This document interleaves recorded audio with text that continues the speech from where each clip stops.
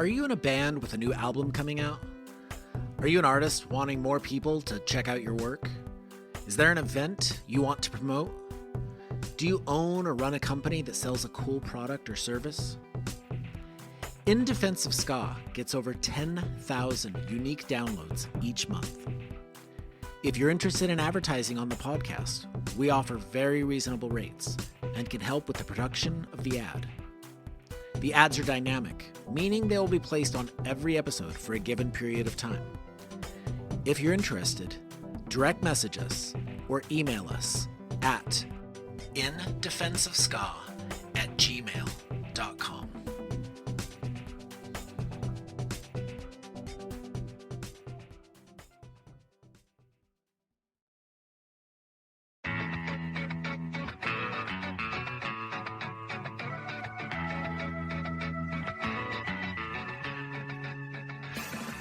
Let's start with the hard facts. The Aggrolites do not play ska.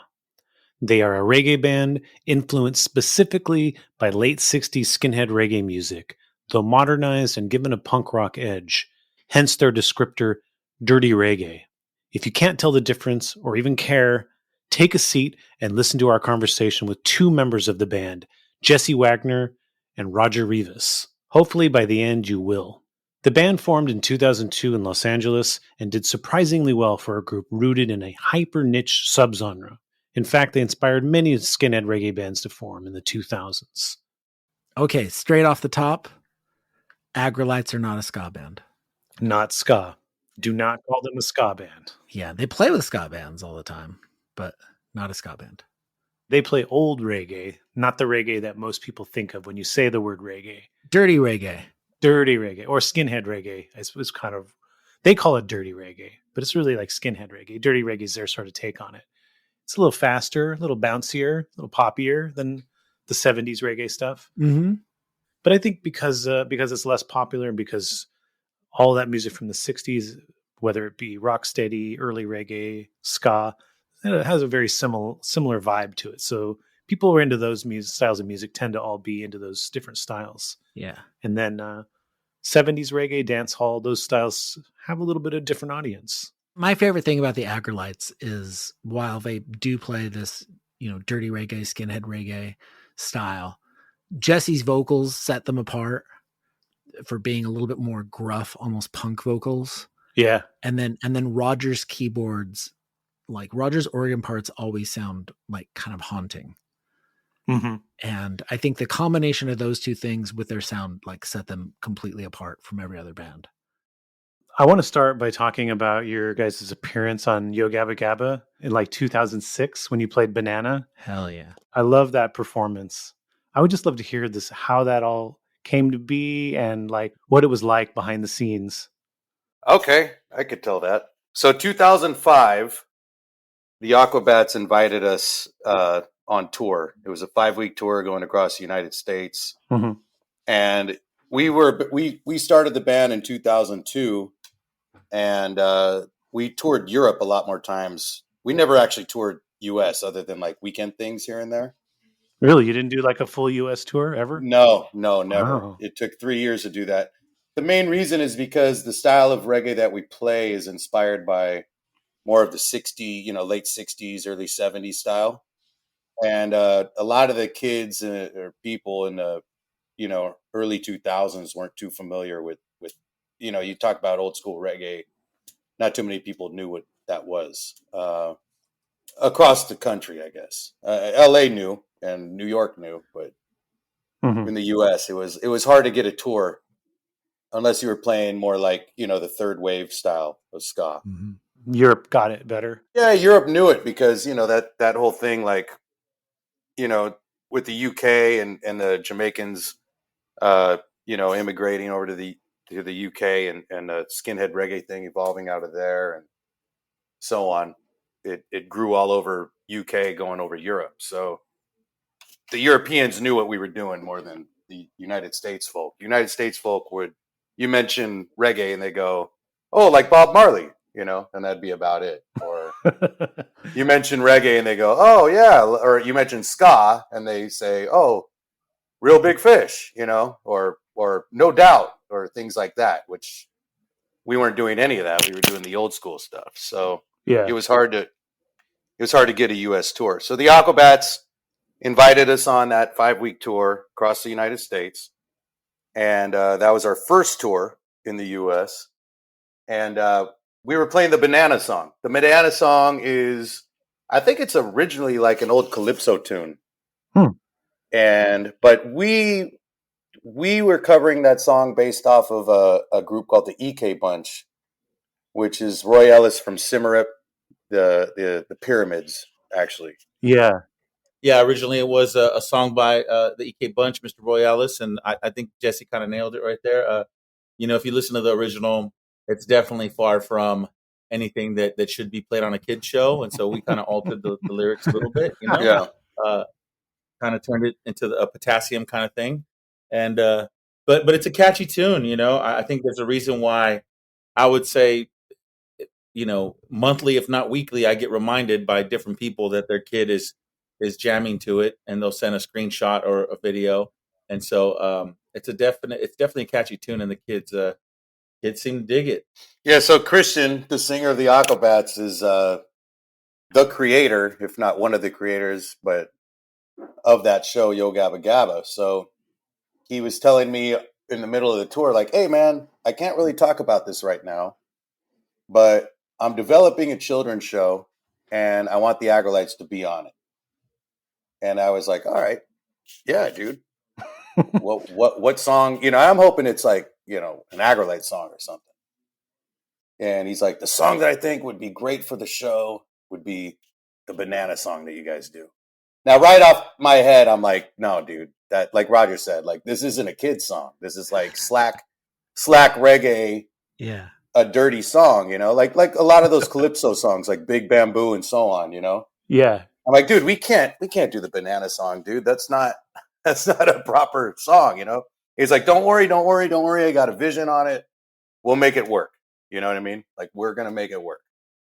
So that was it. We did the 5-week tour. We got to know the Aquabat dudes really well. Ended up being really good friends with them. I believe it wasn't 2006. I thought it was 2007 that we did the actual film or the TV show. Mm-hmm. But Christian called me about a year later, and he goes, hey, man, remember I told you about that kid show on the tour? And I was like, yeah. He goes, well, we could talk about it now. I'm able to say everything. It's going to be on Nickelodeon. It's going to be all over the world. And the first episode, we're going to have the Aquabats do Pool Party, which is, an Aquabats song. But we want you guys to be the next band on it. And it's going to be the, the Happy Fun Music Hour or whatever that DJ Lance announces before every band performs. So it was like, yeah, let's do it. So that's it. They scheduled a date. They called the band down to record it. We went somewhere in Orange County, some studio. And I remember there's a bunch of bananas, like there's like hundreds of bananas in front of the screen, that we're singing in front of. They sent one of their runner dudes or somebody down to the grocery store to buy every single banana that, like bunch of bananas that he can to put on the stage in front of us. I remember also like our bass player, he was tattooed like on his arm and on his neck. So this is like, early 2000s. Like, so they had him wear like a long sleeve shirt to cover his tattoos up, like things like that. But it was really awesome, man. It was like one of the best times ever, yeah, I mean, that was about it. We got on the stage and did our thing. And we recorded the track separately we didn't do it live, we recorded it in the studio. Do you remember the studio we did it at, Roger? Yeah, I don't remember. Costa Mesa, maybe? Oh, yeah, somewhere in Costa Mesa. I think might have been, I don't want to say the wrong studio, but I think it might have been that old Hurley studio or something. But anyways, yeah, it's like Roger was saying, how he still gets emails or messages or whatever, and text and Facebook, messages saying, yo, fan. I think it's like once we did that show, it broadened our audience, because we were like really subcultured within just the skinheads and the rude boy, like old school, like really like the old LA scene. nobody really knew our sound or what we were doing. But once we were on that show, there was like, it wasn't just punks and skins and psychobilly kids come to our gigs. It was like moms and their children, and it ended up, it grew it, so big respect to Christian Jacobs and the Aquabats and the whole Yo Gabba Gabba crew for putting us on the show. The skinhead reggae stuff is like it is and was very subculture, but it is like more, it's in a way it's more accessible than like 70s reggae. Yeah. Like that song is such a pop song, and so many of those songs are just so poppy and so hooky. Like it's almost weird that's the underground. The underground sound. Yeah. Yeah, exactly. Have you ever heard the original version? Yes. Yeah, it's awesome. Way better than us. Way better. I was actually like, I don't know what this true story is, but my understanding was that it was the same band as Cimarette, but they went through several names for like legal disputes until they finally landed on Cimarette, which was Pyramids backwards, which was one of the names. Yeah. It's all one band. You're right. It's just the kind of switched names. I didn't know it's for legal, but I would assume that too. So. And I have we're friends with Roy Ellis, and to this day, I don't think we ever asked him what EK Bunch even stands for. Yeah, I think the only thing there was Banana, and then there was like a song called Free that was the B-side. That's the only thing, to my knowledge, that the EK Bunch has officially released. Yeah, I've heard from people that it's Laurel Aitken or Lord, what's his name? Like just like old school guys, like Calypso stuff before before Roy Ellis even did it. So as soon as you did Yo Gabba Gabba, did that permanently change the lyrics to the song for you guys? No, it all depends. I mean, the lyrics aren't that, like, that's the thing. It's always kind of like the Big Bamboo. You know that song? The big bamboo, it grows big and long. Mm-hmm. The big bamboo. It's like, what do you call that? Cliche or double entendre. Double entendre, where it's like, okay, it means this, but it could mean something else. That's how the Banana song was. So it's like everybody that knew that song would know what it's referring to, but we only had to change like a few words, like the children like it to and then changing one lyric, like saying like Muno eats and like naming like the characters of the Yo Gabba Gabba show, like things like that. So, but like it depends on the crowd, and it's not like the song singing anything dirty anyway. It's just what you would think it would be singing about kind of thing. So yeah, I guess it goes along anywhere, There's even a part in the video, I get a lot of messages from people where it's like, I love watching it on Yo Gabba Gabba, especially that part where you sing, your sister likes it, and you laugh. Like, okay, there I go, your sister likes a banana, and I like laugh when I sing it. The real reason why I was doing that is because my sister, I was able to invite her and my nephews. So it was like I was singing it to her, and I looked at her and I pointed and laughed with my 3-year-old nephew there, So it was like, but, yeah, that's. I mean, the song's not dirty, but it's. I would think it's dirty, like. Yeah, so they got to be there for the filming of the show. My sister and my nephew, got to hang out, and Christian and the Aquabat dudes, they were all really like cool about that. So they were like, yeah, bring your family, bring your friends. So we got to take a bunch of pictures with everybody and all that. So I brought my salamander. I didn't have any family at the time, so yep, I remember. Salamander have a good time? Oh man, yeah, up front and center. Sammy the Salamander, right? Isn't it? Never eaten so many bananas in his life. Yeah. Yeah, that was what we got paid. We got paid in bananas. Oh yeah. Well, enough bananas, you can resell them and make some real money. Turn a profit. Exactly. I want to go back to the before Aggrolites, the origin story. Several bands came together from the LA scene to back Derrick Morgan. Is kind of the story I know, but I know there's just a lot more details than that. So let's kind of go into this a little bit. So Rhythm Doctors, I know Rhythm Doctors was the band you were in, right, Jesse? Yeah. What was the band you were in, Roger? It was a band called The Vessels. Okay, so you were in The Vessels? Yeah. Okay, so what happens I assume you guys are already friend bands and stuff, but there's some. What is the Derrick Morgan element in this record that's going to happen that doesn't happen? Yeah, so Derrick Morgan was coming to town, and it was our original guitar player Brian Dixon Okay. who had set up the band. It was at the Whiskey A Go Go in I believe it was like the year maybe 2001 or so, and Brian put together a band called the Rough and Tough All Stars, which was members of Hepcat and Rhythm Doctors, pretty much. Okay. And that was like the start off of it, was that live show at the Whiskey. Shortly after that, I guess Brian was somehow got in contact with Derrick Morgan and his people and talked to him about recording a record for him. And, I think Brian Dixon would be the one to ask more about it, but it was like, we're going to write a record. We'll write a bunch of songs and just create a whole bunch of tunes for you to sing and get you in the studio and do your part, And I guess he was totally down for that at the time. So Brian put together like a ska session, and he put together a reggae session, and he pretty much called all his favorite musicians. So Roger being one of them, Corey Horn, guys from Dynamic Pressure, guys from C Spot, guys from Hepcat. And we had all these like multiple sessions, and he also had a lot of guys write songs. Like I wrote some reggae tunes. Chris Murray wrote a few songs. Lino Trujillo from Hepcat wrote a song. Brad Pate wrote some songs. Even Brian Dixon had a song or two. So we had a lot of material. And that was it. We did the whole thing. Chris Murray recorded the scratch vocals for it.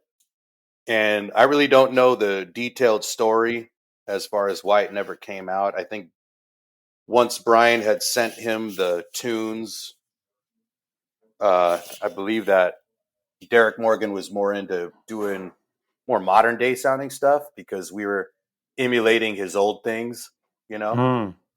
So there's a lot of like old school ska and skinhead reggae and rocksteady. So it just kind of got buried. But with those sessions, it was like so many musicians clicking and getting together that's how we formed the Aggrolites. Was, hey, let's call our favorite dudes. So Roger was one of them.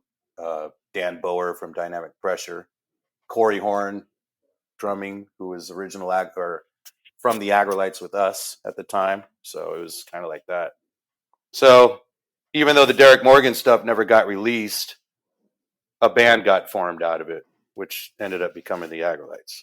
Well, yeah. When are we going to get the demos released? As I don't know. It's got Chris Murray on vocals. Yeah, I know. Well, I don't know who you'd have to talk to about getting that out, but there is a long list of songs and pretty much a full album of tunes. Did you guys take any of those songs with you into other projects, or did they sort of stay there? No, actually, there was a lot of rhythms. For example, there was one skinhead reggae instrumental song that we just called Captain Morgan, and obviously because it's Derrick Morgan, and that was a song that the Aggrolites took, but I don't even know if the Aggrolites ever put it on anything. Aggrolites have done so many things too in the last 20 years that I can't even recollect of like what songs we had, or you know what I mean. So yeah. But yeah, that we used to play it live a lot. You remember that one, Roger? Captain Morgan, and Yeah. For sure. they had another song called "Straighten Up," which was another skinhead reggae instrumental that the Aggrolites were doing in the early days. That was taken from that Derrick Morgan session, which is a rhythm that Brian Dixon had written. So yeah, there was stuff, but I don't think there's any tune that came out of that actually got released. Now, I was reading that you guys backed a bunch of, several other Jamaican legends like Prince Buster and Joseph Hill from Culture. Was this all in that pre-Aggrolites era, or is this like the Aggrolites? Yeah, Prince Buster was definitely. I think it was already Aggrolites by that point. early stages. My memory sucks. Jesse has the great memory, but yeah, it was the early stages of the band. Prince Buster was at the Sierra Nevada World Music Festival. Yeah, we were already established. The Joseph Hill thing is just in Wikipedia. We never backed up Joseph Hill. Oh, that didn't happen. Okay. No, but I think that we were on maybe like a Heartbeat thing, like that Everton Blender thing. There's like an Everton, and Roger, you could probably get more on that, but there's an Everton Blender album that came out called King Man that Chris Wilson had released, and Roger and Jay and Dave Fuentes and like some Aggrolite members and Brian Dixon did some engineering. So we all played on that, which I think Joseph Hill might have been on that, but somehow it came out that we backed up Joseph Hill, but no, we never backed up Joseph Hill from Culture. Prince Buster for sure. Was this Brian Dixon's doing? I think at the time you had a band that was just kind of like, hot. Like we were, I mean, I'm trying to take the ego out of it, obviously, but it was, looking back, it was like this band that was really just new. I think the music we were doing was new-ish. We knew of obviously Dynamic Pressure, Rhythm Doctors and Vessels, but for the most part, there was a lot of, the spotlight was on us, and so we kind of got offered a lot of cool things at that point. I guess what I'm trying to say is it came effortlessly. It wasn't like at that point we really there was definitely no management. There was no even at that point there's no like leader mentality. Like you kind of grow up and you kind of turn into that, but we just go with the flow kind of thing. And I think you had people like Eric Kohler, Junior Francis. You had a lot of people that kind of saw the potential in us, and then next thing you know, we're at World Sierra Music Festival, back in Prince Buster. So a lot of these things we didn't have to really go out and seek it. It was kind of just they came to us, and that one felt like it was one of them. Where it just kind of happened. The concept of the band playing skinhead reggae, but also calling it dirty reggae, kind of explaining how it was unique to you guys and as LA musicians from this era. Did that come quickly? Because it seemed like you guys came out of the gate with a clear concept and a clear idea of who you were. Yeah, everybody has their story of how the term dirty reggae evolved. Like I could tell my story and another guy could tell his. But it really was just what we were calling that kind of sound in those days. Nobody at that time was touching that Cimarip, upsetters kind of. I mean, there was Dynamic Pressure, there was the Rhythm Doctors, there was the Vessels, But that was you guys. Yeah. Well, yeah, but I mean, there was nobody really tokening what it was. There was Hepcat. Hepcat was the guys that came out of the thing, and everybody was doing third wave ska, and then Hepcat came out doing the OG stuff, Yeah. So as far as skinhead reggae, that was just stuff you'd hear DJs play in between the sets at the venues. So it was like when the Aggrolites started, it was like, yo, man, let's just play that like gritty sound, man, that gritty, everybody in one room. And, sometimes the mistakes in the song make the song even better. You can't wait for that like wrong note to hit because that's what makes it so raw and dirty. Yeah. And that's where it came from. It was like, yo, let's call this dirty reggae. That's what it is, dirty reggae. And then like the Aggrolites, when we were recording at Signet Sound Deluxe, we were recording for free after hours when the studio would be shut down. We'd like literally set up our gear at like 11 o'clock at night and record till like 4 a.m, and we just run rhythms. Everybody would just get in the room and just go for it. And Brian Dixon would press record. So that's kind of like where that came from. And the dirty reggae, there was like a song that needed vocals. I got in the vocal booth and I was thinking of James Brown at the time, where we need like this chant, like say it loud, I'm black and proud, like one of those kind of things. And it was like, yo, let's just get everybody in the room and yell like, I'm going to say whatever, like, what you feel? Everybody yell, dirty reggae. And that's how it evolved. It was just like that, like get in the room and yell dirty reggae. Okay. So and then that ended up being a tune that we liked. And it was like, yo, that's what we're doing. Let's call it dirty reggae. Let's call the album dirty reggae. Let's token ourselves as dirty reggae. And that's what we should call it. The Aggrolites dirty reggae. Let's brand ourselves as dirty reggae, because we didn't want to really pigeonhole ourselves as calling ourselves skinhead reggae, or Sure. I mean that also goes with the whole thing of like there was like a while with the band where it was like, okay, nobody's wearing pork pie hats, nobody's wearing Fred Perry's, nobody's gonna wear Ben Sherman's, you know. Let's all just like do our own thing. Let's look like a punk rock band on stage. Let's look like let's be gritty and dirty and mean and aggro and go for it. And I think that's what kind of like separated us from the rest of the subculture in the scene was we were the guys that were like going out of bounds with it, you know? Yeah, I like the dark, just kind of the dark clothes. Just it's kind of a cool look. It's cool, but it's not like cool like the way Hepcat looks like real stylish. It's more just Nah, it's cool like a gang. yeah. Yeah, well, I mean, we really were just kind of emulating what the Clash was doing or anything like that. Like, Yeah. and we all agreed like, yo, let's go uniform. Let's all do uniform kind of thing. So we were wearing like jumpsuits or like, you know, one color, you know.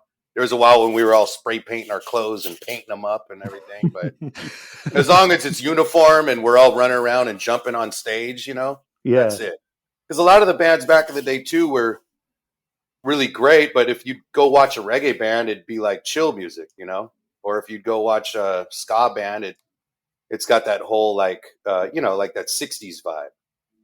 And I think the connection that we made was we knew that the skinhead reggae subculture and just reggae in general was kind of like the soundtrack to all the punk rock bands throughout the 70s, you know, and early 80s, you know. There was a two-tone scene, which was amazing, but the old school ska, everybody was listening to that in the UK. So it was like, let's be punk rockers on stage playing it as close to the Jamaicans as we can.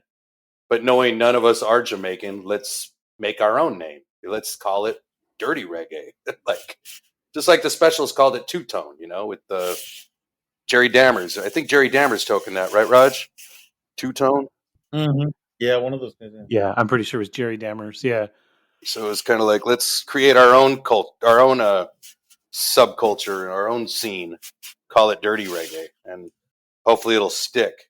So their first album, Dirty Reggae, in particular, there's like a lot of instrumentals, just like kind of cool grooves, and then there's like a lot of the times the vocals, like you're saying, they seem like they're not like traditional verse chorus. Sometimes they're just like you kind of hyping up the song.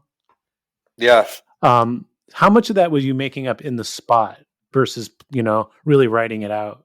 Honestly, probably about 90% of it. I'm not like really like dirty reggae to this day. I don't know what I'm saying. I just kind of, hey, go in the room and yell shit. Okay, cool. I love one of the ones I love on the first album is Stampede, like your whole beginning. Yeah.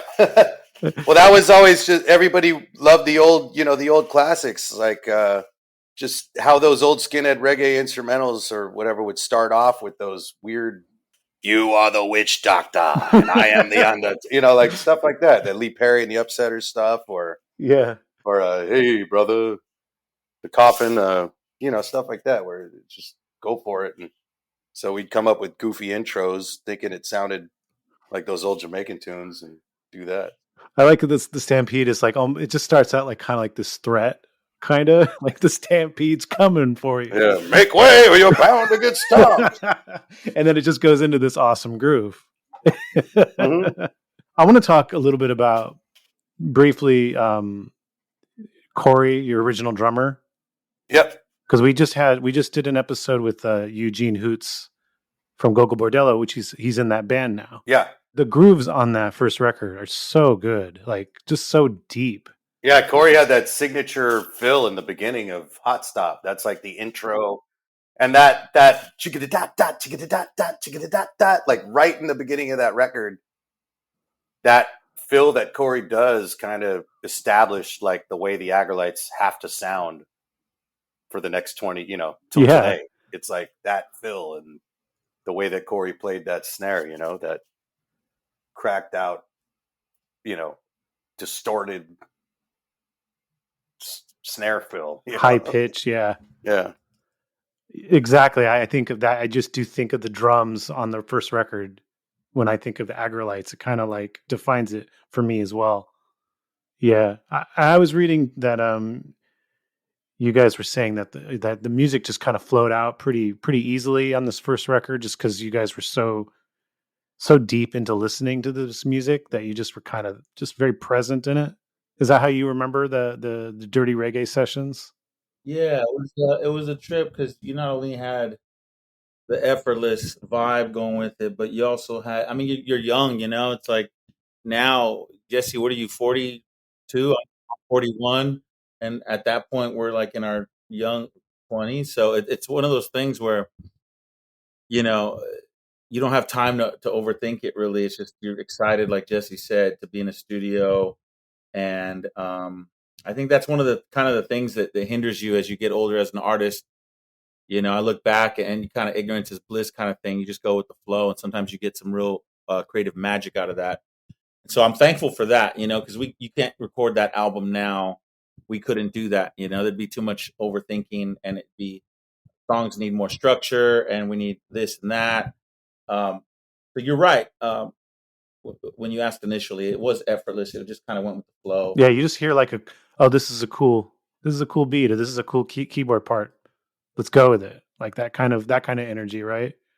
It really was like that too. Yeah, I mean, Roger, you probably remember this, but that song "Hot Stop." It was one of those nights we went to Signet.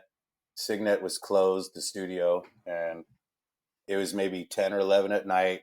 We all got in there, set up our stuff, and it got to a point to where it was like everybody just took a nap and then woke up. Right, Raj? Am I telling this correctly? Yeah. We just kind of just woke up at 3 in the morning or something like Yeah, that, and and then let's go in there. yeah, went in there and recorded it, and I think we got the beers flowing by that time. Everybody was kind of drinking a little bit, but it was like, let's do it. Let's do it. Let's just go for it. yeah, And then we would call things out like Roger and Jay or Brian. Like it'd be like, yo, do this style, like this kind of rhythm, blood and fire rhythm, or pop a top or halftime. You know, like we'd call out like these different things that we liked, and then we just kind of like just go for it. Like just everybody would start jamming it out, and then all of a sudden it'd be like, okay, cool, 3 minutes. After 3 minutes and 30 seconds, press stop. Okay, that's the song. Yeah. One take, it's done. Yeah, Fade them out. yeah. Well, that's what we would do. I think everything faded Yeah, out. No, yeah. I mean everything faded out. All the songs, we had no stops. Everything faded. I think to this day, I don't even know if there's a single Aggrolite song that stops. I think everything fades out because that's the way we've always written shit. So Do you remember the writing or the recording of "Pop the Trunk"? no, it's all a blur, really. Um, I think we were just kind of in one of those days where we're kind of pumping out rhythms, you know, and I think that's one that kind of went with it. yeah, that was one of those just rhythms that we had tracked. I know that I recorded the vocals on that like maybe a few days later, and Lino Trujillo from Hepcat, I was talking to him about it, and I was like, I got an idea for the lyrics about. I want to have a song about booty shaking, like shake your ass. You know, there's like doing the butt, and there's like the rump shaker. All I want to do is zoom a zoom zoom zoom and a boom boom, like stuff like that. I was like, it seems like all the big popular songs are about shaking your ass. So I talked to Lino about it, and I started singing him the melody, like if I came to get loose, shake a boost, you know. And then if it came to feel funk, and Lito's like, yeah, man. And we both are like, pop the trunk. All right, that's it. And Lito's like, yeah, bro. So that I remember that for definitely was the pop the trunk idea of the vocal Nice. lyrics. Yeah. But the rhythm was just, yeah, it's the Aggrolites getting together. I don't even know who. That was always just somebody calling out a chord progression and just going for it, you know, like 3.5 minutes of jamming out live, you know. I read that a lot of the songs start with Roger with keyboard parts you come up with. Is that true? I think you know, moving past the first album, it's kind of like a Lennon McCartney thing with me and Jesse. I think that it's, there's songs that Jesse has written the music to and the lyrics, and I've written the music to and the lyrics, and then there's songs where it's like we kind of collab on it, and there's songs where it'll start with a keyboard or music. There's it's every album kind of has its. I think every album past Dirty Reggae was more conforming to what I just described. The Dirty Reggae is unique in because there was no game plan, there was no hope for the band. There was no like aspirations at that point. With even making the record wasn't even Right. We didn't even know we were making a record. Right. We were just jamming out and recording. Right. And so to answer your question, yeah, I mean, there's tons of songs that are just start with a melody but that's the way I start when I write a song. Regardless, sit by the keyboard and you start with the melody. I think that I'll tell younger artists that a lot of songs. I think when we hear songs come out, they're very sterile and generic because someone like a vocalist will approach a song and start singing, but the actual melody of their vocals is not a melody. It's just a straightforward kind of monotone thing. And so I think some of the most successful songs that have ever been written, the actual, the lyrical meter and melody is something that you can hum to without any lyrics, So I think a successful song kind of starts there. You can have a song with no lyrics. It can be an instrumental. And then after the fact, throw some poetry to it, kind of like Elton John did with his, whatever his, what's his name, Bernie, or his writing partner. And, most of the time you'll be successful with that, because people want to hear songs that they can sing to. And I think that helps them sing to it when it has an actual melody. So, and I think that's why a lot of, songwriters, are able to jump on an instrument like a guitar or piano because they're able to do both, and not, they have the hands free to kind of play the melody and sing and do the rhythm or whatnot. Yeah. Yeah. So the scene, the traditional ska reggae scene of LA, kind of in the before you guys form into the early years, it starts out with Steady Beat, right? Steady Beat, Luis is the one kind of mostly putting on these shows. Yeah, Luis used to do. I remember back when the Rhythm Doctors were playing, or even before the Rhythm Doctors was playing. Luis would have at least monthly at the Whiskey A Go Go a ska show. There would always be the ska show, and he'd have like the Blackpool compilations and all those. That's actually how I heard of Hepcat and C Spot was through Luis's comps. So yeah, he was the guy that was keeping that that's, I don't know if he started or kept it, but that traditional ska old school scene, he was like the guy, Yeah, so he stopped doing shows in like 2002, which is when you guys pretty much when we started. But then Chris Murray started doing the Blue Beat Lounge in 2003, Yeah, that was with Brian Dixon, I believe, right? Mm-hmm. Yeah, Initially, yeah, at the Knitting Factory in L.A. So it's like every Tuesday, I believe, right? Every Tuesday night, yeah, in the small room at the Knitting Factory. So a lot of the audience that Luis had cultivated sort of shifts over to Knitting Factory because Chris, even though Chris isn't strictly, he allowed variety there. He was coming from the traditional point of view, and he kind of centered that music. Yeah, definitely. So he told me that Aggrolites played the second Blue Beat Lounge show. Do you happen to remember that? Like Roger, my memory's a blur too, but If he said that, I'll take his word for it. I'll tell you that, I'm sure it's correct. I'm definitely sure because I remember the first Aggrolite show that we've ever done was at the Whiskey A Go Go, and I don't remember the year. That was obviously 2002 sometime, but yeah, I'm sure it was probably right there in one of those first gigs we've ever played, Blue Beat Lounge. Yeah, that definitely got us our start as far as playing live, live gigs. Because we were like, it's like we were saying earlier, we were just in the studio making music with our favorite dudes, like the guys that we respected and loved the most, as far as the old school ska reggae scene, So this scene, this traditional, mostly ska, right? I mean, this traditional ska scene is kind of your scene initially. Yes. even though Yeah, you're not a ska band. no. Thanks for saying that, because it's definitely true. We're not a ska band. Okay, you do not have any ska songs at all, do you? On any of our albums, no, we do not play ska whatsoever. Not a single. Do you ever throw a ska song in your live set? We have in the last 20 years. We sure have. We've done. What's that song called, Raj? The Jackie Me Too one that we've been playing a lot. Yeah, we'll dabble. It's Killer Diller. We'll jump into all kinds of ska. Flavor, the specials, and we'll just have fun with some of the tunes at the end of the set. But even when I hear what we do ska wise, that's not our strength. It's just we know the music and we can play it, but the Aggrolites, it's just funny. Like listening back to us playing ska music, there's something about it. I guess it's an aggro taste of ska, but definitely not on the same tier as your Hepcats or your Slackers. Yeah, we don't do it. We don't do it justice like the other bands do. You know what I mean? It's not our forte. But to reiterate for everyone listening out there, 0 ska songs on Aggrolites albums.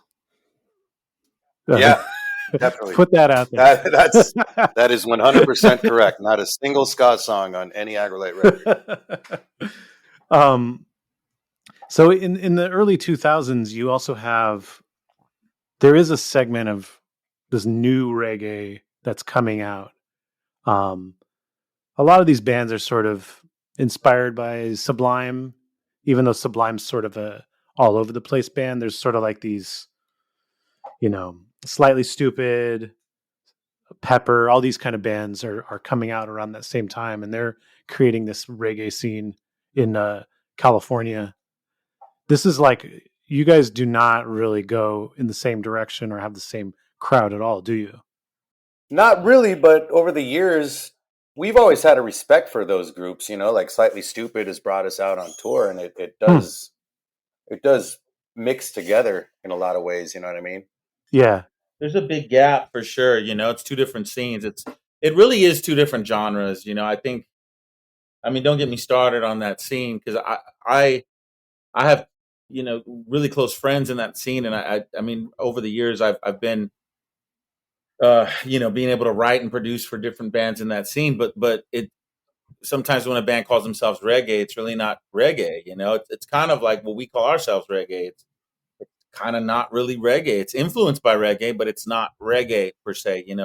So I feel like it's almost like two different extremes of what bands call themselves as reggae music nowadays. So on the playground, we don't really we're at two different opposite ends. And like Jesse said, that's not to say that we can't find the common denominator in there. We've toured with Slightly Stupid and we've been on those festivals, but if you're a fan out there, it's you come for a certain sound or a certain feel, and Aggrolites versus a Slightly Stupid or a Revolution or Pepper, they offer a feel that's more congruent with themselves, and we definitely are kind of on the outskirts of that. And it's rough too over the years. We don't really have, I guess we'll play Europe and we'll play with some opening bands that played, the early Jamaican stuff. But for the most part, we really don't have bands that sound exactly like the Aggrolites. So it's been a challenge, to kind of like, where do we fit in, playing with Flogging Molly, Dropkick Murphys on one tour, and then opening up for Slightly Stupid on another tour. It's like, what band can really do that? It's pretty crazy to think about that. So, Going out with Social Distortion and things like that. right. That scene is definitely not ours. It's not to say we didn't try. I mean, look at those. That's where the dollar signs are. You want to be successful. Where do you go? And not to say we're money hungry, but come on, as an artist, you kind of, think the marketing and you think like a business. And so that scene kind of thrives, especially now more than ever, I think, with the being financially successful and whatnot. And that's just not our bag. Yeah, that scene. I don't know much about that scene, but they seem insular and a subculture as well. Like, it doesn't seem quote unquote mainstream, but it is big. Yeah. Like, there is a lot of people that are going to those shows. I think a lot of bands, a part of that subculture, are influenced by Sublime, which I give 100% respect to, because even back in the mid '90s when I was playing in the Rhythm Doctors, I loved Sublime stuff. I loved what they were doing with that sound. But I think a lot of the modern day bands um, listen to Sublime, and that's about it. They don't go deeper than that. And kind of keep it at that, rather than digging in deeper to like the old stuff. So we can't really categorize, which is no problem. There's nothing wrong with that. But it's like a lot of bands create themselves obviously off of things that they're influenced by, So it just kind of like, I don't want to say waters it down, because that's not true either. It's another form of style of music. Well, it's just starting your influence from a different place. Like, yeah. Exactly. So, I mean, that just went into a different place than what the Aggrolites were influenced by. Yeah. So that's the best way I could describe it. It's like Roger said, it's not our bag. We weren't influenced by that with what we created our band as, But a lot of bands that are popular in that scene, they were influenced by Sublime and grew up on that, and didn't dig deep into the roots of Jamaican music, So What bands, like when you're opening for a band bigger than you, what bands do you feel like you've done the best with? Like their audience has dug you the most? Flogging Molly definitely has a very open scene, open-minded. Yeah, that is a good question, because I feel that as long as you give it to them and you give it all the energy and you entertain the audience, they're going to fall in love with you. And again, not like Roger said, not trying to be egotistical, but it's like that was always the thing about the Aggrolites was, let's give them everything we got, even if we got nothing to do with this scene. Let's show them what we're all about. Hopefully, we'll gain some fans along the way. I was talking to David Hilliard from Slackers a little while back, and he said, he's like, because he was talking about, this. He's like, the Slackers. I feel like we're a long band. We need to play like an hour and a half. The first half hour we're just getting warmed up. He's like, the Aggrolites, though, that's a band, best 30-minute set band out there. Well, maybe at one time we were like, we used to. There was back in the day, we would rehearse like 3 times a week, whether we had a show or not, and we were trying to be like the JBs, where we would, intertwine song to song and have interludes between the tunes and never have a moment to stop and talk to the audience, So I think that's what Hilliard means. Like the Slackers, I've played guitar for the Slackers on a lot of tours, and it's very, what do you call with the interactive with the audience, where they sit and they talk, and Vic will go on to a story. And yeah. It'll be like 10 minutes of Vic talking to the audience, And they jam out some songs, get some solos going. Yeah. People love that kind of thing, And I think what Hilliard might have been referring to is, back in the day, we were like, less talk and all freaking just show, let's just go for it and kill him with the music. And, that was it. So another question about Dirty Reggae. What is the label it comes out on? It's like a local LA label. Yeah, it's called Axe Records. Okay. And it was a friend of ours named David Weens. He played trombone for Let's Go Bowling, based out of Fresno. Oh, yeah, I know David. Yeah. So Dave started Axe Records with our previous manager, Dion Watts. And Dion Watts was like a big name, because he tour managed Bad Manners and Hepcat back in the day. Like he was like the older skinhead guy from San Francisco that everybody knew, So when they came to us saying, "Hey, we like your stuff. We want to make a record. We're going to call it Axe, the label." We couldn't resist it. Now that, so that's how that whole thing formed, was with Axe Records. I don't think Axe really put out too many things. I think the Aggrolites Dirty Reggae album might have been like one out of the 2 or 3 full-length albums that they ever did. They did some 45s, but I don't know. That's my memory of it. It was Dave Weens and Dion Watts that like really got us going, because they got the distribution and started getting the word out there about who we were. So When does Tim Armstrong come into the picture? Because your next record comes out on Hellcat. yeah, shortly after that, I don't know really the story of it. I met Tim Armstrong a couple times here and there, just shaking his hand as a fan of Rancid, and but I don't know. I've heard stories like our old bass player Jay Bonner lived in LA and ran into Tim, and he had heard our stuff. They were at like a pizza restaurant, and then also like our guitar player Brian Dixon ran into Chris LaSalle at Hellcat and gave him a Aggrolites like a demo or something. But I really can't tell the. All I know is Tim Armstrong got hip and heard who we were and really liked it and gave us that chance. So once it was like that was it, he put us out on one of those Give Him the Boot compilations.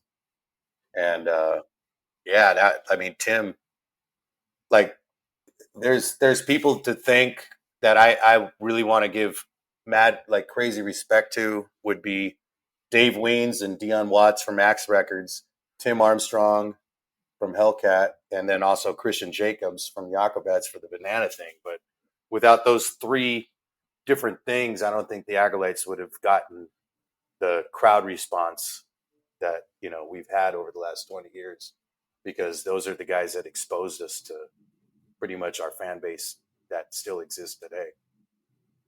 Yeah. So tell me the first thing you release on Hellcat is just self-titled. To me, it has a pretty similar vibe to Dirty Reggae. Maybe not quite as rough, but similar. Did you kind of go into the record with a similar attitude? Yeah, because after the Dirty Reggae thing happened, we never stopped demoing. We were still doing the same thing at Signet Sound Deluxe. Brian was still engineering, and everything was still the same process. It was just jamming out and recording things. And we've got, I don't know, Roger, how many demos would you say that we have that we never even released? Like maybe 150, 150. Dang. Maybe more. I'm serious. I don't know, to be honest with think about the whole catalog of all of our albums. We've got at least 100 songs. So demos, we've got shit. We were recording in Jay Bonner's garage for a long time. I mean, we've always gone with the same process. So, well, what happened is a lot of those demos, that my recollection is that they actually matured into one of the songs, especially that second album. You had a band that had no expectations on the first album, and then you had the second album where there was expectations. You're signed to Hellcat. It's right there. It's obvious. This is an album. This is what you guys need to do. And so I think at that point, you had songs like Mr. Misery, and I remember these songs, Love Isn't Love. They all started from demos that we would do, and then they would mature into the songs that you hear on the album. And that's my recollection, is that think about that whole album. I think each one of those songs was pretty much a demo, as opposed to the first album. There was no demo. It's like, you're in the studio, let's just do it.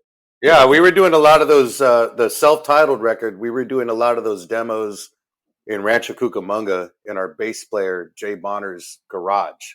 And we would demo those. So from there on out, yeah, we was like, and the funny thing is, when Tim Armstrong did the Poet's Life record that we were blessed to be the backing band on, we got signed to Hellcat after the Give Him the Boot comp, and he called us and was like, okay, the Hellcat was going to give us the studio time and all that and make the self-titled record, but Tim wanted to get with us for, I don't remember if it was like 4 or 5 days, but before we started recording the actual self-titled record. So we got in the studio, and Tim was with us, and he'd sit down and show us all the songs that he had written. I Only Wanted What Was Best for You, or Translator, and so on. and he'd play them on the acoustic guitar, and we'd be like, well, what do you want us to do with it? And he's like, I don't know, make them dirty reggae. And that's pretty much what we did. We said, okay. So he'd go in the scratch vocal booth, and it would be the same thing, the same process of how we recorded dirty reggae. Like, okay, guys, call this rhythm out. What kind of style you want to do?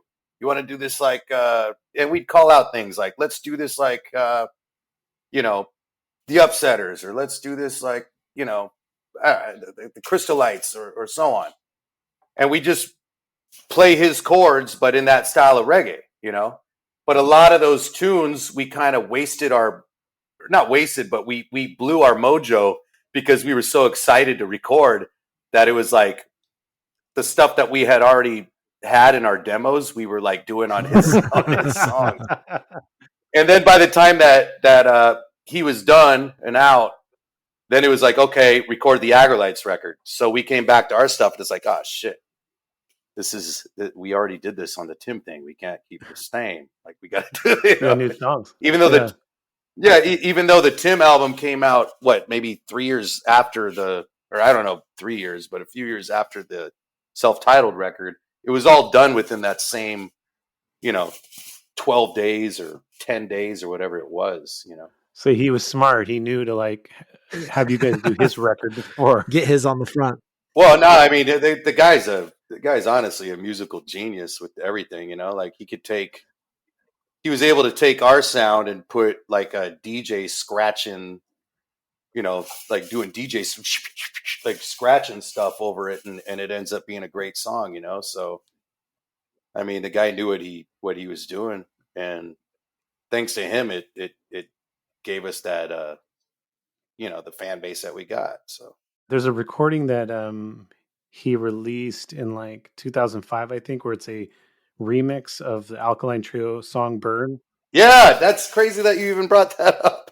That was done during that session. Oh, okay, I was wondering about that. Yeah, so we did his songs. We did the whole Poet's Life thing, and then he said, "Do you remember this, Roger, or no?" Vaguely, yeah. Yeah, so he said, "Hey, man, I got asked to, I don't know, it was like do my own mix of an Alkaline Trio song." So he played us the song. I forget. I don't even remember the name of the tune. It's called "Burn," I think. Burn. Okay, so he played us the Burn song. We figured out like the key that it was in, and Tim was able to just take the lead vocal and put the Aggrolites behind it. So all we had to do was just learn the key that the song was in and make it a certain style of old school reggae. And then he did his magic and put them together and put his Tim's magic dust over it, and it became that. So, but honestly, I'd love to hear that, because I haven't heard that in 20 years or 15 years at least. I found it on like SoundCloud or somewhere. Yeah. Yeah. So that was all done during the same time. And none of you were any of you even familiar with that Alkaline Trio song? No, I had never heard the song in my life. I've heard of Alkaline Trio. Sure. But I wasn't, like me and Raj and everybody else in the band, we were all like old school, early reggae, ska. We're from the ska. I had an Alkaline Trio tattoo at the He did, but he got it removed. Okay, we need to hear this story. Oh, no. No. That's the whole other podcast. Yeah, you could delete that from this part of the podcast. Yeah, Don't delete it. If Jesse says to delete anything, that means put it to the front of Yeah, exactly. Yeah. Not listen to his delete remarks. Yeah. You didn't really have an Alkaline Trio tattoo, did you? No. No. I had an alkaline water tattoo, yeah. I had the alkaline battery, Duracell battery. I was just gonna say though that, I mean, not knowing the song, not being familiar with the band, I mean, that makes it a lot cooler to make a cover song of it, because then it's just chords and you're just putting your own thing to it. I remember he showed us the track, and we figured out the key that the song was in, and I don't remember the exact key. I'm gonna just shoot out the chord E minor just for the hell of it, but it was an easy thing that the lead vocal could sing over. Yeah. So we just made a rhythm, and yeah, he did his magic over it. So that was that. But I mean, that was pretty awesome to be able to be a part. I mean, how many skinhead reggae influenced bands get to play the backing for, a band like Alkaline Trio? You know what I mean? I think just you guys. Yeah, probably just us. Yeah. So, I mean, that's all thanks to Tim, like the things that he did for us, a K-Rock weenie roast and backing him up on that. And, Yeah, I want to hear about the K-Rock weenie roast. This was like 2007, I think. yeah, so I guess that was shortly after. Well, the thing with the Poet's Life was we didn't know what he was going to do with it. We had no idea. Like I said, we recorded that a few days before we recorded the self-titled record. So we didn't know what Tim was going to do. We were just happy that we were a part of it. And we heard he ended up like releasing one song at a time on the internet. And we heard it with the rest of the world. So like we were hearing each song by song. And then it turned into like, yo, Tim's going to do a full length album of all the songs. And then we got called to do videos with Tim. And then he did a series of music videos. And then he ended up releasing the full album with it was like a double CD. One was a CD of the actual songs, and the other CD was like a DVD of all 10 songs on video. But when it came out, I was like, I thought this was amazing. Like, this is the coolest thing ever, because and Tim was repping the Aggrolites throughout the whole thing. It wasn't like we were just a backing band and he never mentioned us. Like, he was hyping us up the whole time through. There's one music video where he's at Machete, the merch company, at the time. And he's like wearing a bunch of different bands that are on Hellcat's t-shirts. And it's all in the sequence of like 10 seconds, like, what do you call it? Like a slideshow of him wearing all the shirts. And he like stops and he's got an Aggrolite shirt, like Tim was repping the Aggrolites like the whole time through. So when the Weenie Roast thing came up, his album was already out. He got asked to get on it, and he was like, yo, I'll get the Aggrolites to do it. And I mean, even there was like a time when he got asked to be on the Kevin and Bean show in the morning. Mm-hmm. And I remember he wanted the full band to be in the studio with him to do the interview. But for some reason, we weren't able to do it with the K-Rock or something. So he just did it on his own. But he mentioned us a million times over. Like, Tim's the most humble dude ever, He really did a lot for the band, over the years. He's done a lot for the whole traditional ska scene, reggae scene. I mean, Hellcat alone, that record label was like, what it's a subsidiary off of Epitaph. And when Tim started Hellcat, he wanted to put out like ska bands, psychobilly bands, and punk bands. Yeah, the early bands are like Slackers, Pie Tasters, Hepcat. They're more traditional. The Gadgets, I think. The Gadgets, yeah. By the time you guys are signed and the period you guys are in, which is the second half of the 2000s, I think it's pretty much you guys and Westbound Train. Yeah. I think the Slackers are kind of finishing up their contract. So you guys are pretty much it, representing like, old school Jamaican music. Yeah. So back to your first Hellcat album. There, you said you had demos and some of them got used for Tim's album, but there still is like a lot of songs on that record. Well, it wasn't demos that got used for Tim's album. It was the vibes, the rhythm, like like the rhythm, the how do you say it, Raj? Like, you're better at words than I am. The rhythm, like the rhythm, or yeah, okay, the rhythm, yeah, like the vibe of the song, the style, the rhythm style of the song. It wouldn't be like they were all Tim's songs for sure. The style that it was played, was used on that, So what I was going to say is you still have a lot of songs on that first record. It's a pretty long record. So did it just take more time to get new stuff, or did you just have so much? No, because like Roger said, we were demoing like crazy. So again, we were demoing in Jay Bonner's garage in Rancho Cucamonga. And we never stopped. Like, the thing was with the Aggrolites, we toured Europe here and there over those first few years, like from 2002 to 2004, but we never stopped rehearsing and we never stopped demoing.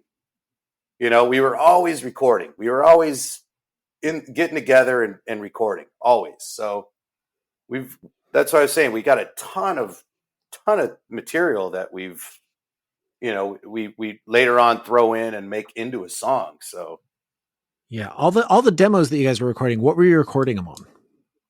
geez, Raj, like, what would you say? It was, I don't know, Raj. I think it varied from different whatever. I mean, at the time, you could have things that, I mean, Jesse would be singing into his phone as he was driving to the studio. You know, we'd record in Jay's garage. He had a little workstation, Roland workstation that was all in one kind of thing. And I think it was just get the idea down. You know, it wasn't like any kind of thought going into this needs to be a demo that is matured at any certain point. It's just like get the idea down.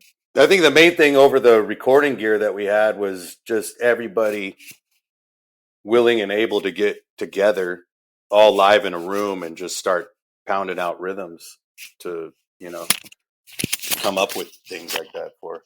Countryman Fiddle, that's a song I was thinking about. Do you recall the writing of that song? Yeah, that was a rhythm. There was some sessions in Jay Bonner's garage that we were doing, especially for that, mostly for that, for that record. Yeah, a lot of those. I mean, now that you say that, it comes back to me. I mean, if I think a lot of those rhythms, I think all of them. I think all of the rhythms off that self-titled record came again. Take the ego out of it, but I do remember there'd be times where, because me and Jay, you got to imagine at that point, you know, we're still new to each other. We know each other better, but me and Jay at that point we're like homies, and then like Jesse and Brian and Corey came from the Rhythm Doctor. So I remember there would be some sessions where I would go to Rancho Cucamonga and it would just be me and Jay and recording rhythms, and then it'd be like now everyone's in the garage recording, and so I remember a lot of those rhythms like Love Isn't Love, Countryman Fiddle, all these things are just ideas that I would sit at the keyboard and start, and then Jay would kind of just record it. You know, the second album felt like that, Jesse. You can correct me if I'm wrong, because you know we'd get together for later albums all together, but I do remember a lot of the second album just kind of a real skeleton to it, you know, not much, because look at Countryman Fiddle, it's just two chords, you know, it's crazy with an organ line. And then Jesse would get it and it'd be a song after that, because now he injects the lyrics, and for my money, that's what makes the song is the hook and the lyrics and stuff. So I think that's how that second album felt, you know, Thunderfist, Jesse, you know what I mean? A lot of these songs, I do remember being in Jay's garage with the organ and just kind of creating the skeleton to it, you know, and I think that Jay would just kind of adapt the bass line to it. It would get fine-tuned when we were getting in Signet. But I think it would be the later albums, like, you know, that we would get together as a full band. I mean, do you remember getting together as a full band for that album in Jay's garage? You know what I mean? Self-titled? Yeah, the self-titled album. I remember like having ideas that I would do with Jay, and then we'd go and meet at Signet. I mean, it's funny because I'm just thinking of this now. Like, for some reason, you know how when you smell something and it just reminds you, like when you said Countryman Fiddle, I like got taken back to that moment that I was sitting at the organ, and just because that line is the easiest line. It's like a nursery kind of rhyme line, you know. It's not some complex line, and I remember that. I even remember before that, Burning Bush, which is on Dirty Reggae. Mm-hmm. You and Jay getting together in the garage and forming that whole thing. Right, exactly. And that would come from just being excited, you know, having this. Think about the chords on Burning Bush; they're kind of unorthodox chords, but it's kind of creepy and spooky, like the Upsetters were. And I remember being real happy about that because I lived in Glendora at the time, so I'd be riding on a piano, and then going to Jay's, and then Jay would. They would take different stages at that point. I think, like I said earlier, is because there still was a dynamic in all of our relationships. You know, we were all just getting used to each other and really broing down. I think that's another aspect of why the music came out the way it did, is because not only did you have like a band that was fresh at doing this music, but our relationships with each other were kind of new. And when you have a friendship or a relationship with anybody, you go through that honeymoon phase. And so, for example, now me and Jesse hate each other's guts, but Yeah. You're lucky you got us together to talk about this thing, dude. I can't remember the last time I talked to him, really, but no. Me and Jesse have we're it was a natural thing. I mean, all of us kind of gravitated towards each other because of the music, but over time, um, it surpasses the music, and I think that was kind of what kept the longevity of, especially me and Jesse, still being in the band right now. But back then, it wasn't the case. Jesse was still uh, he's still new to me and vice versa. So I think that when you're writing a song together, you can't really take it to the extreme of that intimacy, like for example, now, I mean, geez, when we wrote for the last album, Reggae Now, that whole, it's just a big leap, it's like I could just be in the same room with Jesse and now we know what time it is, we know what each one of us can bring to the table. What smell do you remember from that time period? No. I was saying when you said Countryman Fiddle, it took me back to that moment. Just like a certain smell takes you to a certain moment. There was no specific smell right now. The Aggrolites definitely have a smell, but I don't. What's the Aggrolite smell? I need to know. Oh, it's the van, dude. Yeah, the van, dude. Subway sandwiches for 4 days. Subway sandwiches, spilled Jaeger, Red Bull. Yeah. There was a moment when we were demoing for the self-titled record in Jay Bonner's garage. Somebody, I don't know who, but had this like color wheel, like chord chart color wheel with like a spinner on it.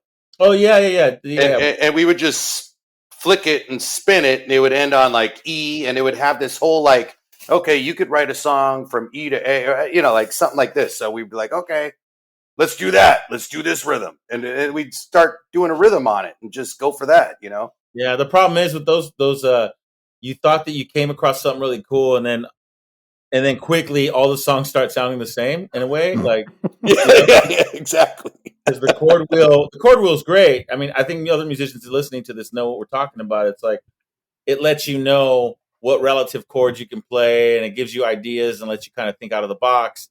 But then and you seem like you've struck gold with it, but then every single song kind of has the same jump from chord to chord. And right. I mean, it gets you outside of the box, but then it ends up being the box itself. Like it comes back around. Right. Nailed it. Yeah.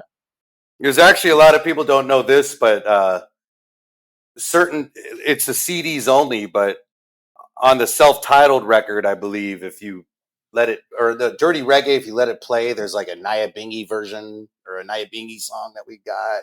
We were trying to do this vibe, and on I think it might be on Reggae Hit LA or 4.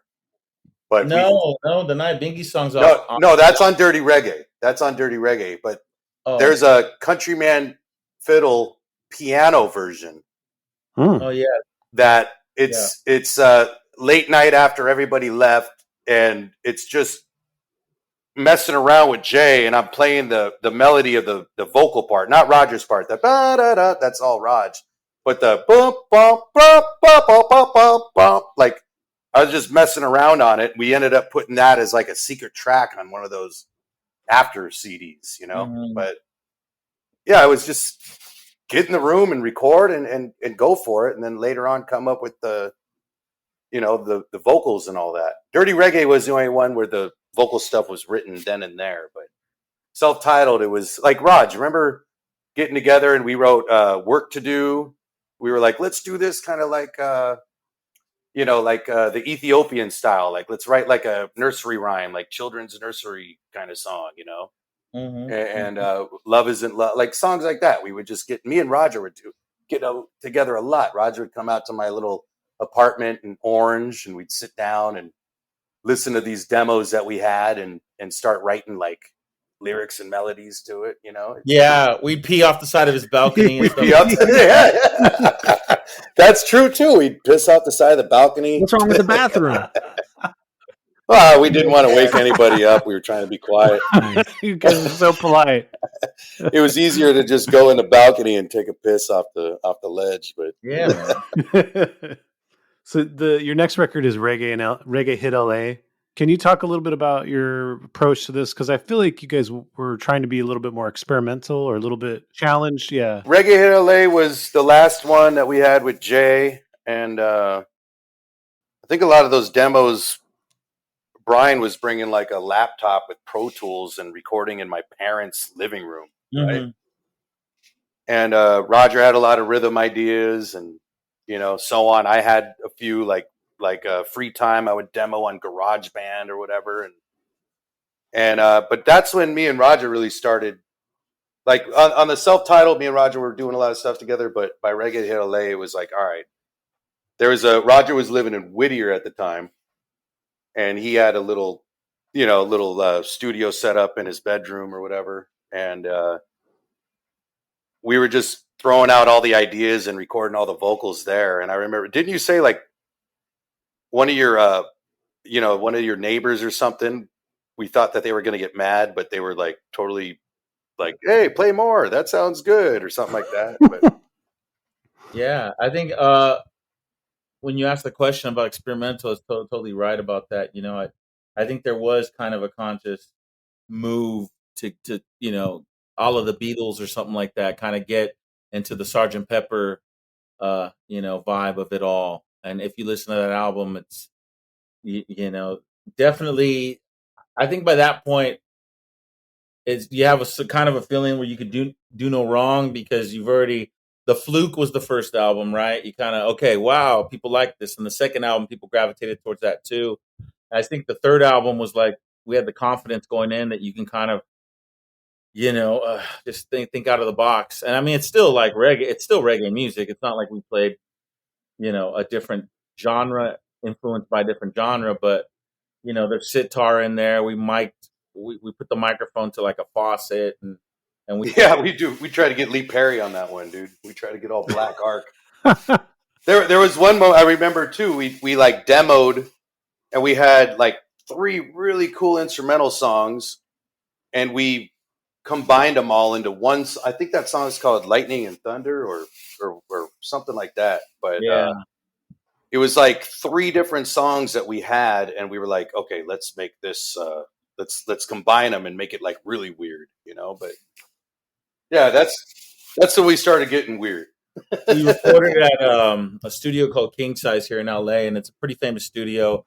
And I think that was our first kind of introduction to that studio. And like any studio, any musician out there will tell you that if they have an ongoing relationship with a studio, it just creates a vibe. You get, you associate that studio and that room, and the instruments they have there built in. And that was the first one, the first music that we would do there, and kind of that would lead into the next album 4 and whatnot, because the other 2 albums were at Signet Sound. So it kind of allowed us to subconsciously, we were kind of programmed. Okay, this is the next chapter in whatever the Aggrolites is.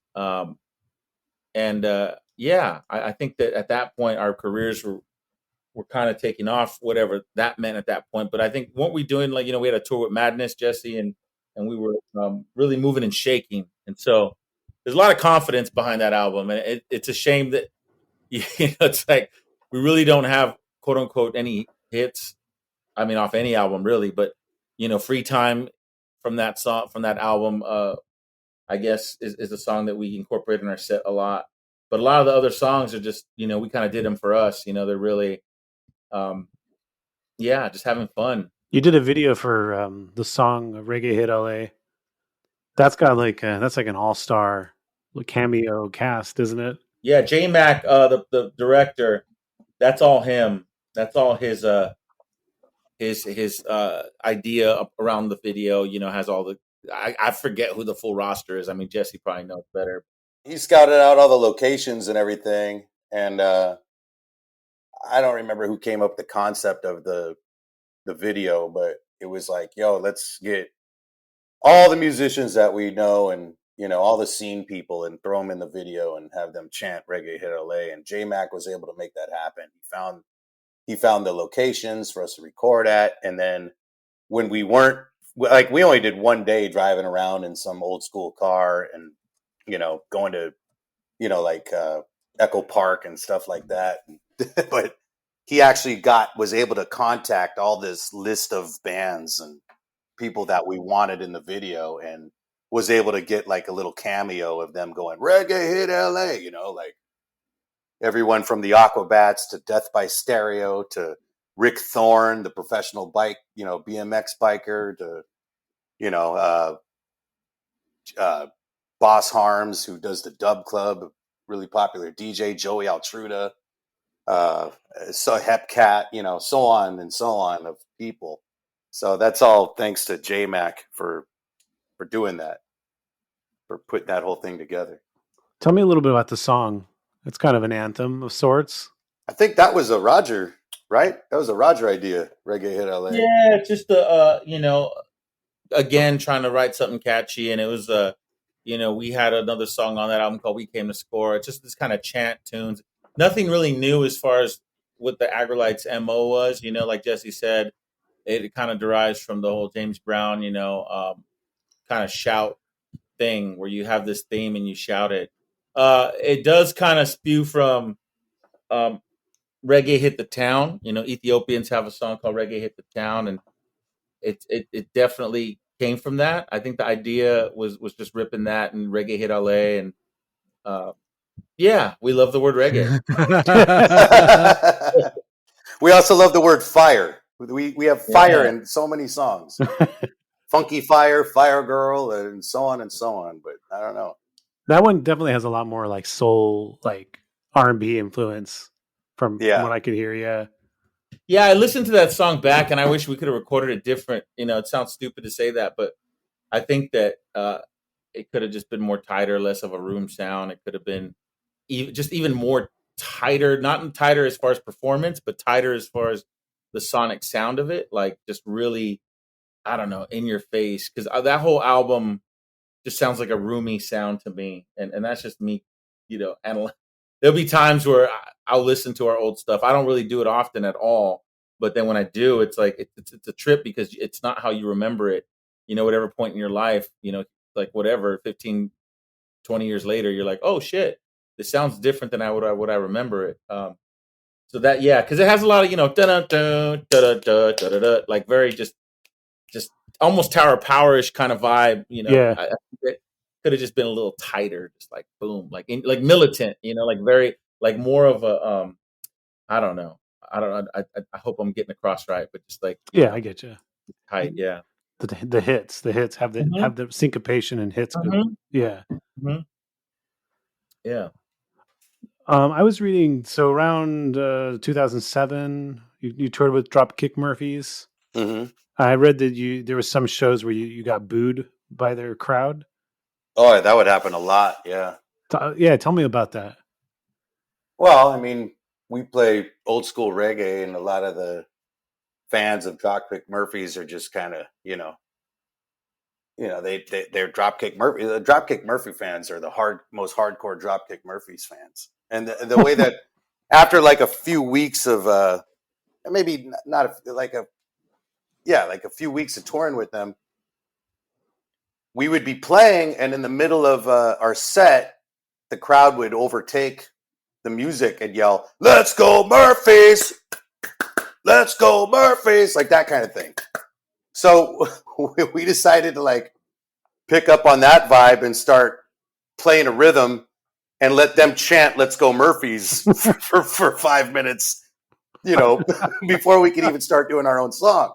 So that would win things over. There was also, there was a guy named Scruffy Wallace who was the bagpipe player at the time. He'd be standing in the back with his kilt on, and he'd be wearing an Aggrolites shirt on. Ken Casey, the bass player of the Dropkick Murphys, would get on stage and say, "Hey, we only bring the bands that we respect and love on stage. This is one of those bands." Like those guys had our back fully. We had an Aggrolite song from our self-titled record called "Time to Get Tough." And we would have James Lynch, who's a guitar player at Dropkick Murphys, and Tim Brennan, who was playing all the things, mandolin and the tin whistle and everything in the band. They would come up on stage and collaborate live in front of the audience, and we do like some punky reggae version of Time to Get Tough for the audience. So they made it really, really good for us. You know what I mean? And I would never take back any of those tours with Dropkick Murphys because it definitely won over a whole other. The thing was, we were never afraid of who we would go out on tour with. Not the band. The bands were always great, but the crowd. And it. I feel in the long run, it really made sense. You know what I mean? Those guys had a vision of bringing us out, and it worked. It worked overall in the end. But yeah, there was nights when there was people spitting on. I remember Chicago, House of Blues. There was people in the audience just spitting on the band, and it was like, all right, let's get through this, like let's give them what we got, and we went for it, like let's play it, we never backed down, we never bitched out or got afraid, like we always did it. So it's something I'm really proud of with the band members and that we had at the time, and we were like out there to just do it. Like we'll prove it to them. It was like, let's prove it to them. Let's show them what we're all about. That's it. Yeah, it's interesting how certain bands have a diehard crowd and a diehard crowd that's like really picky.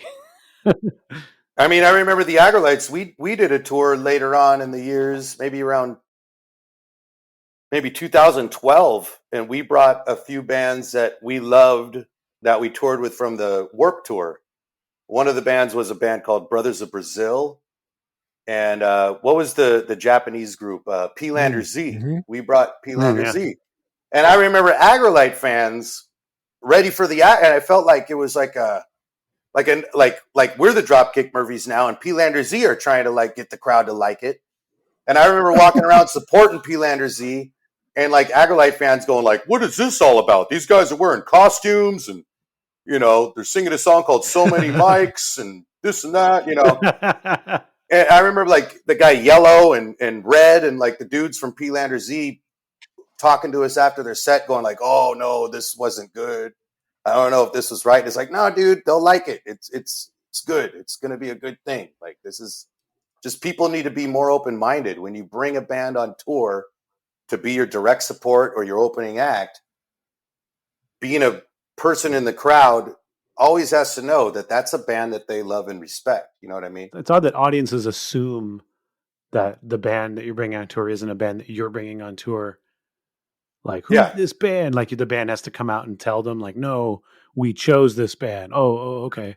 Yeah, they think that you're the enemies of the band opening up. Like, and it's like, that's not how it works. That's not how it is. It's like all these bands love each other, man. We're all, we're all from the same thing. So, yeah. So you guys, it was Reggae Now. That's your most recent album, right? Yeah. That was in 2019. Yep. I love the song Pound for Pound, which you shot that video for. You're like in a, what do you call it? In the back of a box truck or something. Yeah, you're in the back of a box truck and you're throwing a little concert for people. I was thinking about that song and that video because I feel like you guys have a vibe, and your songs have a vibe. Like each song is its own vibe, but then there's the Aggrolites vibe, right? Yeah. I feel like you can really just that video and that song really is it's a good like single song to be like, this is a good representation of the Aggrolites vibe. I mean, it's the song itself, and then the way you guys are playing in the vehicle and everything. It's like you're bouncing around and having fun, but you look cool at the same time, Yeah. Well, it was about how many years? I mean, we did, after Reggae hit LA, we put out 4. And that was another one where it was just like, we were trying to get out of I don't know, I guess like over the years, bands kind of mature and try to go elsewhere from what they started with, Yeah. So I think Reggae hit LA was the leading thing to that, and 4 was even more. And then we did the Rugged Road thing, which was supposed to be a series of 45s that ended up being a record. But it was like from 2011 all the way to 2019 that we didn't have anything. So Pound for Pound was one of those songs where it's like, hey, let's just be us. We know we've been around now for 15 plus years. We've toured 200 days a year throughout all those years. Let's give our audience what they want, and let's get back to what we're all about, and let's do it. So I think that's where the Pound for Pound song idea and lyrics came from, was just like, let's take it back. We're Dirty Reggae. We're that band. We're established, and that's it. Here we are. 2002, we knew what to do and made them understand. 2019, we're still on the scene and we're still in demand. It was like, and it was kind of like that cocky thing, like Derrick Morgan, singing about being the guy, or Prince Buster singing about being the man. It was like one of those kind of tunes, like, yo, let's make ourselves like, yeah, we're the Aggrolites, and this is what we're all about. Take it or leave it. We know who our fans are, and this is for the people that love us. So, yeah. What was that concert like that you shot for the video? It was cool. It was the guy that directed it. His name is Josh. I could look up his name later and give it to you, but Josh, he recorded. He put it all together, and we pretty much, I think, just went on our social media pages and said, hey, we're going to record at this place, show up, and if you want to be in the video, be in the video, But the concept that he had was like, yeah, we were going to come out of a box truck and set up a sound system and play, and then 2 people will be there, and then, the first minute through the song, 10 people will be there, and then by the end, it's a big aggro reggae party, and that's what it was, Yeah. It's a big party, so... We had a lot of faces of just aggro fans, and it was really awesome to see people there and supporting us throughout the whole thing. Felt really professional. Like I felt like a pro that day, because he had like a little catering area, and it was like all put together. It was total DIY, but it was by him. But it was just really rad to, like we showed up and we were like the guys, like, hey, we got all these people here to see us. So he was just playing the track from the record on a real loud, sound system, and we were just lip singing to it. But it was awesome. Did you give him a concert after the video shoot? No, we had nothing set up. Everything was everything. We had no amps or anything. Everything was. But there's a funny outtake where, like, the opening thing, I jump off in the video. It looks cool because I jump off and it's cool. But the very first take, when he goes, and action, I jumped off and I went a little too far and I ate shit. I face landed on the floor.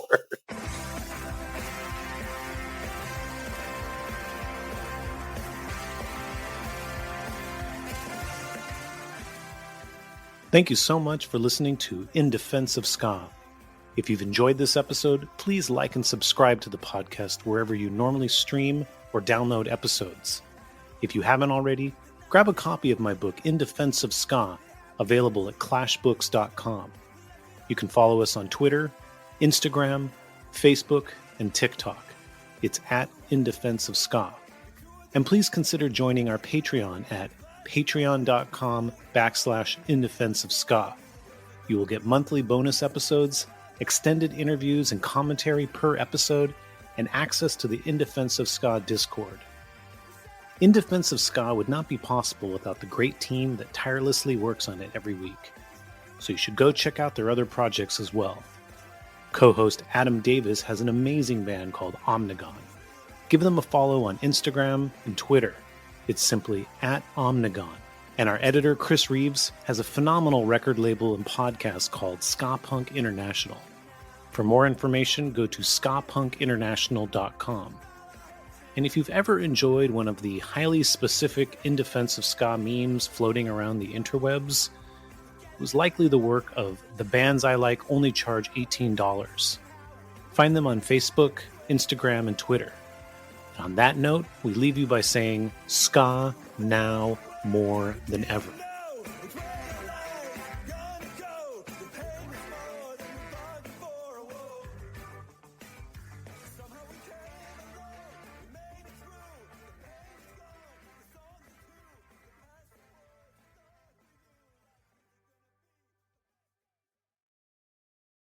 You like dirty reggae? I do like dirty reggae. I was listening to Yeah. Aggrolites today. Yeah. I've actually been on an Aggrolites kick ever since we recorded this episode. Yes, this is a great episode. And you know what? After this episode, we continue talking. Oh, yeah. Over behind the curtain. We'll hang out with Jesse and Roger a little bit more. Roger's dad was is a musician, and in the 70s, his band was pretty popular. Yeah. Had a hit single even. I wonder what it's like to have a parent who plays music. It's probably weird. Yeah, probably. Be cool though. I wouldn't mind. So you should definitely drop $5. Oh man, if on you your want to credit hear card? this, yeah, get a stolen credit. No, don't get a stolen credit card. Use your credit card. Use your credit Listen, $5. card. What is $5? It's nothing. Nothing. You just go over to the Patreon, typey in the thing, give us the money, and then you get to listen some more because Yeah. I know that this episode ended and you're like, man, what am I going to listen to now? Well, over on the Patreon, we got you covered. We got you. So get over there now. Next week, we got a great episode for you. Who do we got next Jay week? Adam? Vance of Captured by Jay Robots. Vance. Previously J-Bot. of the Skank Blue and Pickle. Meanies, Skank and Pickle. You got to hear it. Make sure you subscribe to the podcast so you do not miss this episode. You do not want to miss it. And while you're at it, leave us a review. Head over to all our socials, Instagram, TikTok, Facebook, Twitter. Come say hi.